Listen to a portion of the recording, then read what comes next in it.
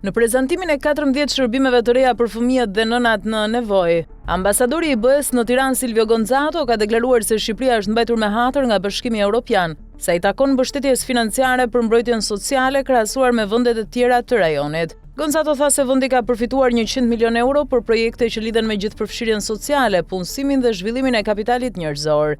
Ambasadori ka tërhequr vëmendjen qeverisë dhe institucioneve, duke kërkuar transparencë dhe llogaridhënie në administrimin e fondeve, duke theksuar se sistemet duhet jenë të drejta dhe transparente. Ai theksoi se shifrat janë të konsiderueshme, por vlera e tyre matet me ndikimin real në terren edhe me mënyrën se si menaxhohen fondet. Mbështetja e BE-s për mbrojtjen sociale në Shqipëri është ndër më të lartat në Ballkanin Perëndimor. Ne po investojmë më shumë se 100 milion euro përmes projekteve për gjithëpërfshirjen sociale dhe punësimin. Gjithashtu, këto mbështeten edhe nga plani i rritjes së BE-s përmes të cilit Shqipëria ka përfituar 100 milion euro për të mbështetur zhvillimin e kapitalit njerëzor. Por shifrat nuk ndryshojnë jetë, është puna në terren ajo që arrin këtë.